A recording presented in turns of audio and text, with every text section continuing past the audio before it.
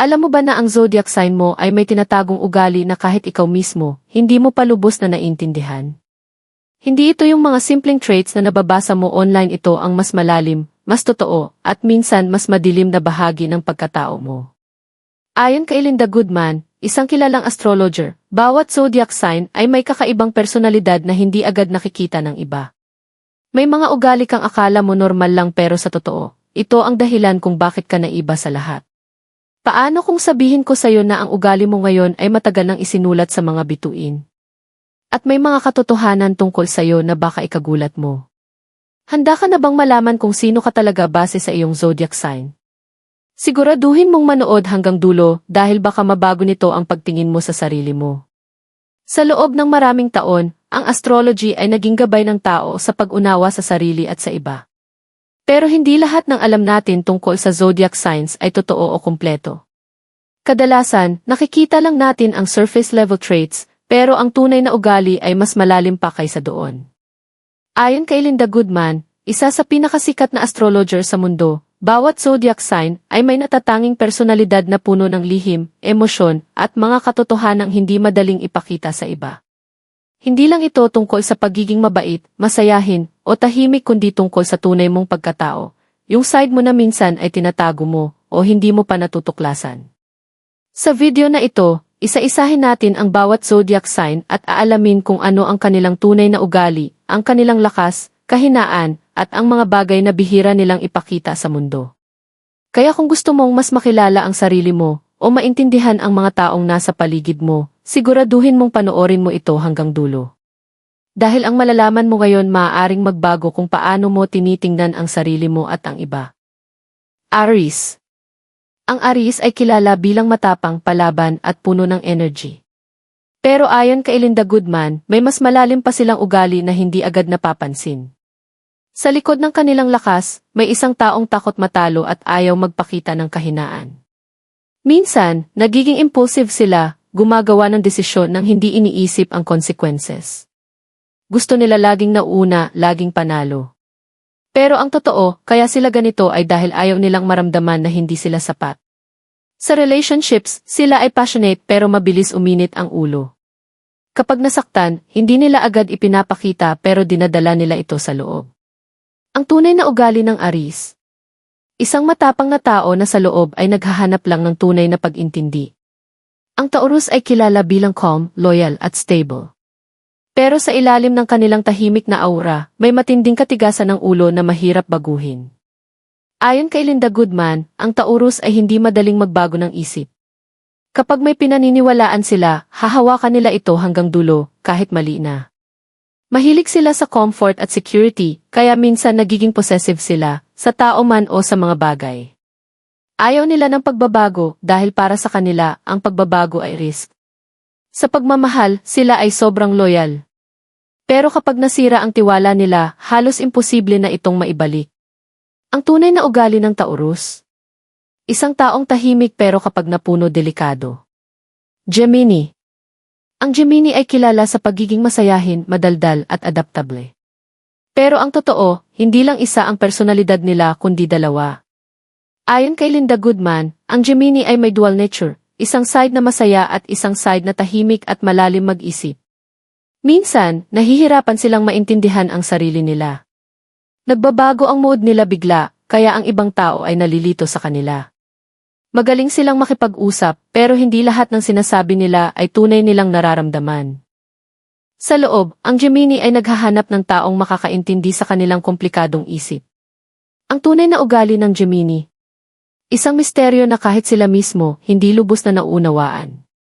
Cancer. Ang Cancer ay kilala bilang emotional, caring, at sensitive. Pero ang kanilang emosyon ay hindi lang basta mababaw, ito ay napakalalim. Ayon kay Linda Goodman, ang Cancer ay parang dagat, tahimik sa ibabaw, pero malalim at puno ng alon sa ilalim.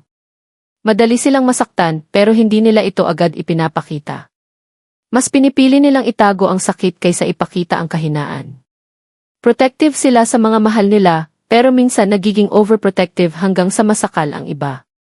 Kapag nasaktan, matagal silang mag-move on, hindi nila nakakalimutan ang sakit, dala nila ito habang buhay. Ang tunay na ugali ng Cancer. Isang pusong sobrang lalim na hindi basta-basta naiintindihan. Leo. Ang Leo ay kilala bilang confident, leader at mahilig sa attention. Pero ayon kay Linda Goodman, ang confidence nila ay minsan mask lang para itago ang kanilang insecurities. Gusto nilang mahal sila ng lahat, gusto nilang napapansin. Pero kapag hindi nila nakuha ang attention na gusto nila, nasasaktan sila ng hindi nila ipinapakita. Proud sila, kaya ayaw nilang magpakita ng kahinaan. Mas pipiliin nilang magmukhang malakas kaysa umamin na nasaktan sila. Sa pagmamahal, sila ay generous at loyal. Pero gusto rin nila ng kapalit, appreciation at admiration. Ang tunay na ugali ng Leo. Isang hari na sa loob ay naghahanap ng validad. Virgo. Ang Virgo ay kilala bilang perfectionist, tahimik at matalino. Pero ang kanilang utak ay hindi tumitigil sa pag-iisip.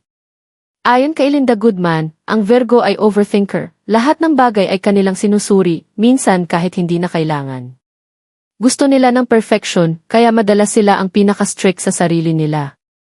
Hindi sila madaling makontento. Sa labas, mukhang calm sila. Pero sa loob, puno sila ng pressure at self-doubt. Sa relationships, hindi sila expressive, pero ipinapakita nila ang pagmamahal sa pamamagitan ng actions.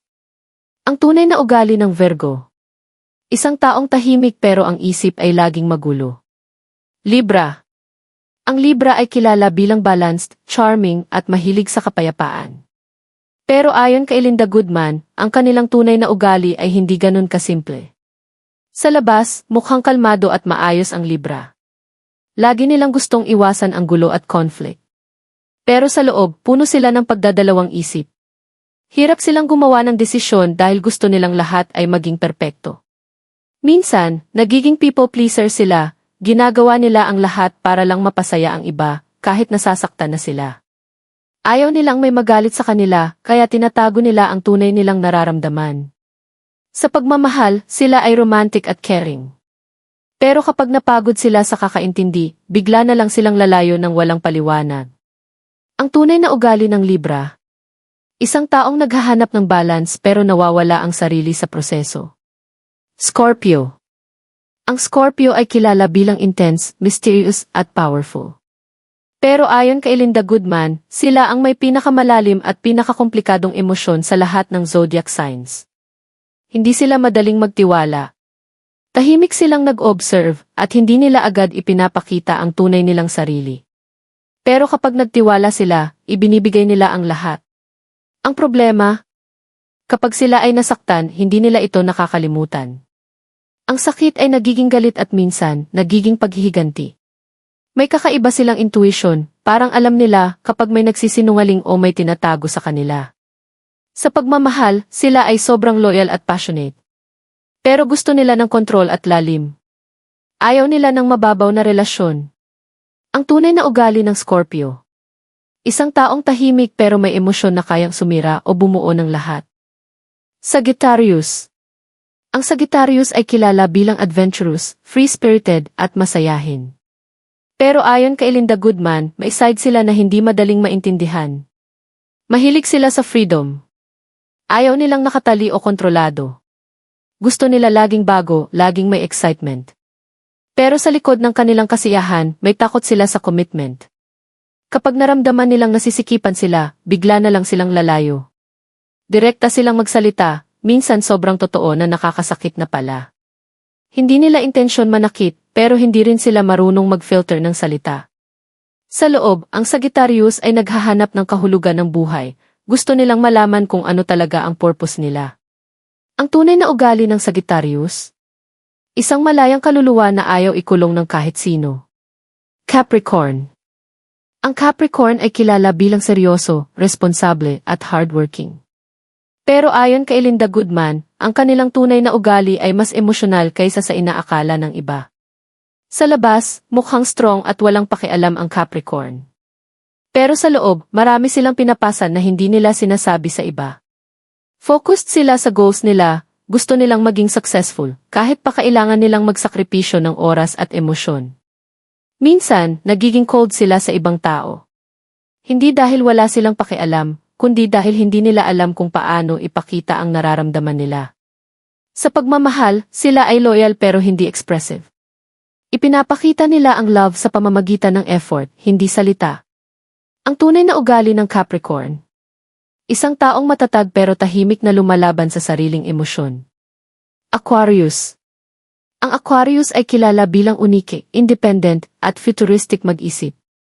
Pero ayon kay Linda Goodman, may emotional side sila na mahirap abutin. Mahilig silang mag-isip ng malalim at kakaiba.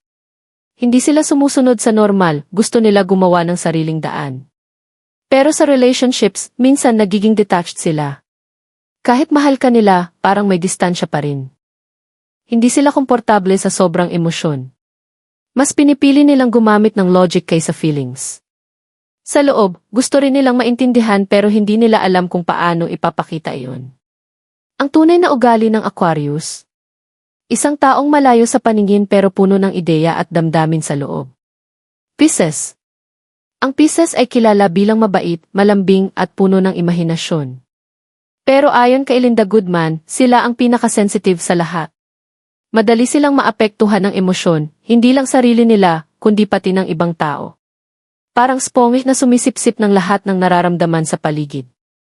Mahilig silang mangarap at minsan nawawala sa realidad. Kapag nasasaktan sila, mas pinipili nilang tumakas kaysa harapin ang problema. Sa pagmamahal, sila ay sobrang giving, minsan sobra na, hanggang sa maubos na sila. Pero dahil dito, madali rin silang masaktan at maabuso ng maling tao. Ang tunay na ugali ng Pisces. Isang pusong napakalambot na handang Outro conclusion. Ngayon alam mo na ang tunay na ugali ng bawat zodiac sign ayon kay Linda Goodman. Hindi lang ito simpleng personality traits, kundi mga katotohanang maaaring nagtatago sa loob mo. Maaaring may mga bahagi dito na nakarelate ka, at may mga bagay na ngayon mo lang napagtanto tungkol sa sarili mo. Kaya sabihin mo sa comments, ano ang zodiac sign mo, at gaano ito katotoo para sa'yo. At kung nagustuhan mo ang video na ito, huwag kalimutang i-like, i-share, at mag-subscribe para sa mas marami pang ganitong content. Dahil sa huli ang mga bituin ay hindi lang basta ilaw sa langit, ito ay kwento ng kung sino ka talaga.